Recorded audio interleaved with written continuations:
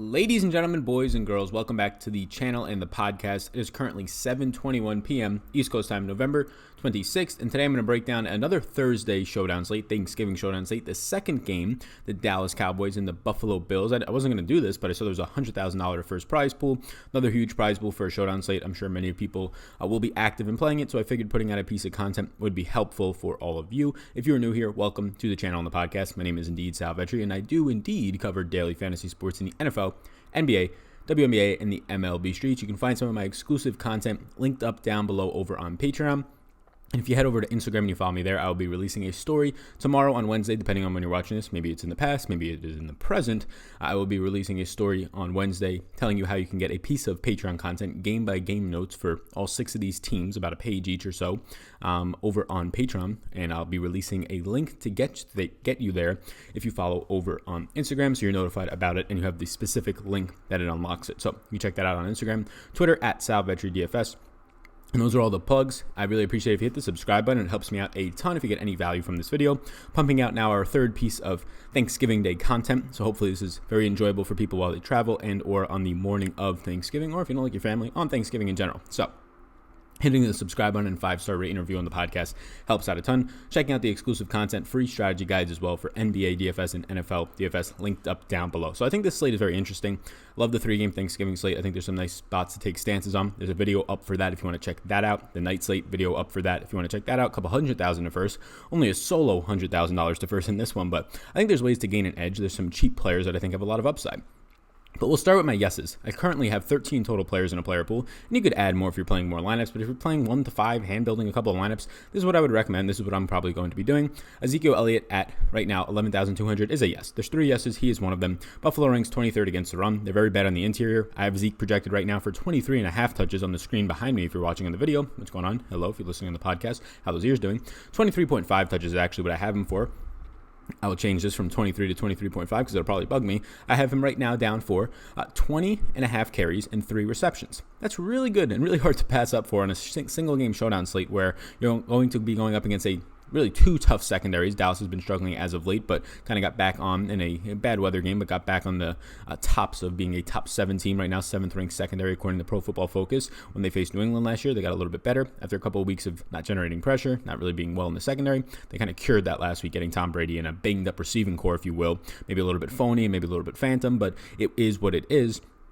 Zeke here, it's really hard to imagine on that type of a slate where there are 2 good secondaries that a lot of guys can score 20, 25 plus. If Zeke, even at this price tag, goes for 20, if he goes for 18, and his receiving game raw as of late, and just his overall usage leading the entire league in red zone carries, in the usage I have for him today, a positive 19% run blocking advantage is what Pro Football Focus has him at. That is 19% higher than average for the league. Yeah, this is a very good spot for Zeke, 11,200. If you fade him, you're probably going to be with 20% of the field. He might be 80% owned, 70% owned, 75% owned. So you get leverage there. I understand the move to fade him. I just don't see that working out on this slate. John Brown, my second yes. He's priced up. This is a concern, but people are going to think that he has a really tough matchup against Byron Jones. But I think he sees a lot of Awuzie, the Cowboys' number 2 cornerback. Byron Jones lines up on the right side of the field. Awuzie 95% of the time on the left side, where Byron Jones primarily lines up 50, or where John Brown primarily lines up 50% of the time. You have so far this year Awuzie giving up 37 receptions, 542 yards and 2 touchdowns. It's a little bit below average. I think it's still a nice matchup for Brown. The only problem is indeed that price tag of 9,200. He comes in currently on this slate as a top 4, the 4th highest priced player. I do think it's viable, though. And then who I think right now is the best play on the entire slate is Michael Gallup at $8,000. He'll see a lot of Levi Wallace. 47 receptions, 495 yards and 4 touchdowns this year, 109.6 pass rating against the worst cornerback on the Buffalo Bills. Completely different than what they have on the other side, who will get a banged up Amari Cooper and Trey White. So Tre'Davious White, that is. Yeah, Michael Gallup, I think at 8,000 is just a bargain here. You're getting him for a similar price point as Randall Cobb and Cole Beasley. You're getting him cheaper than Devin Singletary on this slate, cheaper by a wide margin than John Brown. I don't agree with it. I think, honestly, if Michael Gallup was priced at the 9K price range, I would still like him. 8,000 I think is a huge bargain. So my 3 yeses are Zeke, John Brown, and Gallup. Now 2 of my maybes, where I'm going to have about 10 of them here. Dak Prescott at 10,800. He is the quarterback I prefer in the slate. Buffalo ranks 3rd in pass coverage, and they rank 12th in pressure, but I think it's a little bit skewed because of how good Tre'Davious White has been. So they rank 3rd overall, but obviously if you just don't throw to that side of the field, it's going to be a little bit better. Much worse cornerbacks like Levi Wallace that we talked about on the opposite hash marks, and their secondary and the safeties, they're average. So a lot of it's skewed by Tre'Davious White. Now, it's still a great secondary, but Dak has been the number one quarterback in efficiency ratings and effectiveness this year, according to some of the Football Outsider efficiency stats. Buffalo is 12th in pass rush, which is concerning, you would think, right? Top half of the league in pass rush. But Dallas, based on how good their offensive line is, they have a positive 23% pass blocking advantage. So 23% higher than average, even against a top half of the league pass rush. So what that says is he's just going to have so much time here is Dak to throw the ball, and a guy who's already been efficient, not making a lot of mistakes, now has even more time to throw. Yeah, even if Amari gets taken out by a guy like Tre'Davious White, I still like the weapons of Randall Cobb in the slot. Really, really like Michael Gallup on the outside, Zeke out of the backfield, Jason Witten and a Blake Jarwin tight end combination. I prefer Dak at a similar price point to Josh Allen, who is next up on the list. Again, prefer Dak here for $200 more. You're going to get more rushing upside out of Josh Allen, more red zone usage in terms of his legs for upside there. Dallas, though, ranked 13th in pass rush, and that continues to improve, and then 7th in coverage, which has been very optimal for them. In the slot, Jordan Lewis over the last 6 weeks has been fantastic. Their safeties have been fast. Xavier Woods getting healthier over the past month and a half. And Byron Jones is always strong on the outside. So, yeah, secondary is a speedy secondary, fast defensive backs.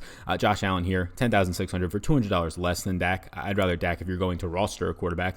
On this slate with so many viable running backs and pass catchers, I think there's probably 2-3 viable pass catchers from maybe each team. At least 2. Each running back is in play. I wouldn't say that it's a guarantee that you need a quarterback. You usually need one about 85% of the time. If you're going to pick one, I would go with Dak personally. Devin Singletary is at maybe $8,400 here, 70% of the snaps in the past 4 or 5 weeks straight. He has a plus 9% run blocking advantage on this slate, so a positive one. And Dallas is struggling with versatile backs. You still see Singletary only out-touching, though, every single week Frank Gore by like 4 or 5 carries, even though he's playing almost more than double the snaps of Frank Gore over the past month and a half. So $8,400 for Singletary, I think, is a fair price point. I think I can confidently in this matchup project him for overall touches around the 17-18 mark range, which on the Showdown slate at $8,400 is a fair price point. Slightly prefer Gallup, though, in that same range. Now getting down to this 5K range. There's one player in the 5K range. His name is Jason Witten. There's nobody in the 6K range. Nobody, right? So when you have one player in the 5K range, nobody in the 6K range, and the only players in the 7K range are Cole Beasley and Randall Cobb, Cobb being towards that upper range at $7,600, Beasley at $74, you're just going to land on more Jason Witten. So he's not that interesting. 31.2 routes run per week over the last month is really good for a tight end. You'll likely get 5 to 6 targets out of this type of a guy. So it's a steep price point of 5K for, 3 receptions for 35 yards more times than that out of him. You're pretty much paying for a glorified kicker, but obviously he has the red zone usage. He's running a lot of routes, and at the end of the day, he just has so much upside. As a car opens it up, he just has so much upside. Really not upside, I would say. That's the wrong word, but I would just say he's just going to be used more. Like he's going to fall into lineups if you're using a generator because he's at 5K, and the slate has nobody in the 6K range. He's the only guy in this 5K range, so he's definitely interesting to me because he kind of fills a lot of cogs there for you. Dawson Knox, I think a lot of people might go to him, but not a lot of people will know his name, so maybe not. But I think a lot of people who just follow fantasy loosely will go to him because they've seen him score a touchdown or two. But look, he's overpriced. He's playing 70+% of the snaps in back-to-back weeks in 3 out of 4 weeks, but he's overpriced for a guy averaging 2.5 receptions and 28 yards per game in those high usage spots where his usage has come up. That's where he's been when he's at peak usage, taking Tyler Kroft's job, playing 70 to 30% of the snaps. So you're going to get, if he doesn't score a touchdown, 5 fantasy points out of this guy. On a good day, 5 fantasy points. You'll get 3 receptions for 20 yards. So it's not really a spot that I want to go to. I have him marked here, though, because I wanted to mention him. People will say, oh, he's a sneaky play. No, he's overpriced. If Dawson Knox was $2,800, I'd say he's a nice price. But you're going to get kickers outscoring him. If Dawson Knox doesn't score a touchdown, every single time these kickers are going to score 8 to 9 points. They're going to outscore Dawson Knox. He just does not tight ends are not used in this offense all that much, and neither is he as a rookie tight end. Defense, I think I like the Cowboys defense if I'm picking one. Josh Allen has been prone to making mistakes. You get a decent-sized home favorite defense in the Cowboys, 4,200. Right around the kickers, they have more upside because they can score touchdowns, of course. They just have more opportunity. So the defense is okay. Both kickers is usually what I'll say here. Kickers are fine. I recommend just rostering one at most. And if you're going to roster one, I think Steven Hauska is actually a nice one, $200 cheaper. They have similar props on the season. Frank Gore at $3,200. You'll likely see around 30% of the snaps, 8 to 10 total touches for him. More times than not, he'll finish with maybe 1 reception and 35 total yards. So I'm not thrilled about it. He's like the last guy that makes this list of interest for me at $3,200.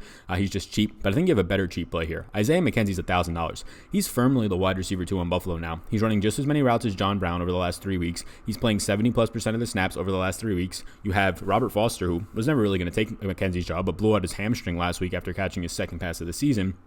So $1,000 A McKenzie. The guy's going to run 30-plus routes in this game. He'll probably see 5 to 6 targets. That's just too cheap. He'll get a lot of Byron Jones, which is a worry. The best cornerback, in my opinion, at least on the outside, the best cornerback. Jordan Lewis has been very good in the slot for the Cowboys, but the best cornerback on the outside, probably overall best cornerback, is Byron Jones. So he'll see a lot of him, which is scary, but $1,000 is too cheap to ignore. Honestly, he's very close to being a yes on this slate and becoming my 4th yes by the end of it.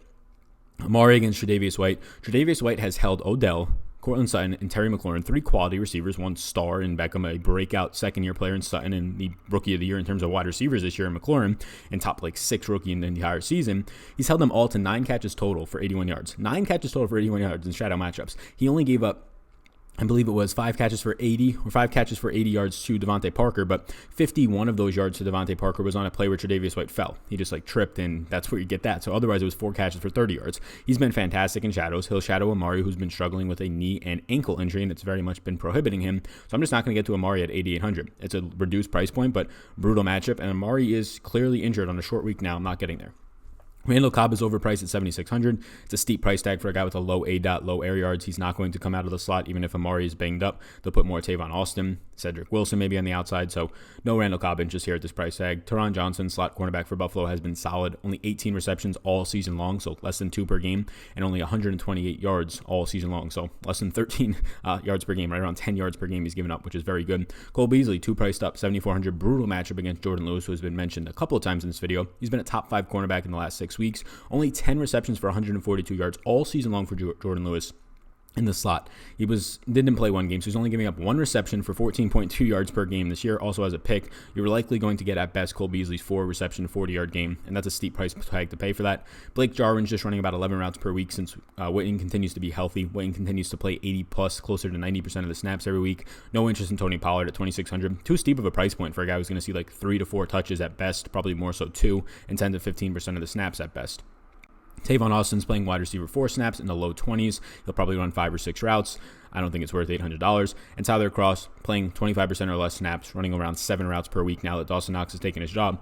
Honestly, I can't believe, and I'll say it once again, Isaiah McKenzie at $1,000 is way too cheap. Firmly the wide receiver 2. He might only see 5 targets, catch 2 balls. He's only averaging 16 yards per game over the last month, which is obviously the concern, but he's seeing about 2.5 receptions per game over the last month, and he's seeing 16.3 yards per game over the last month.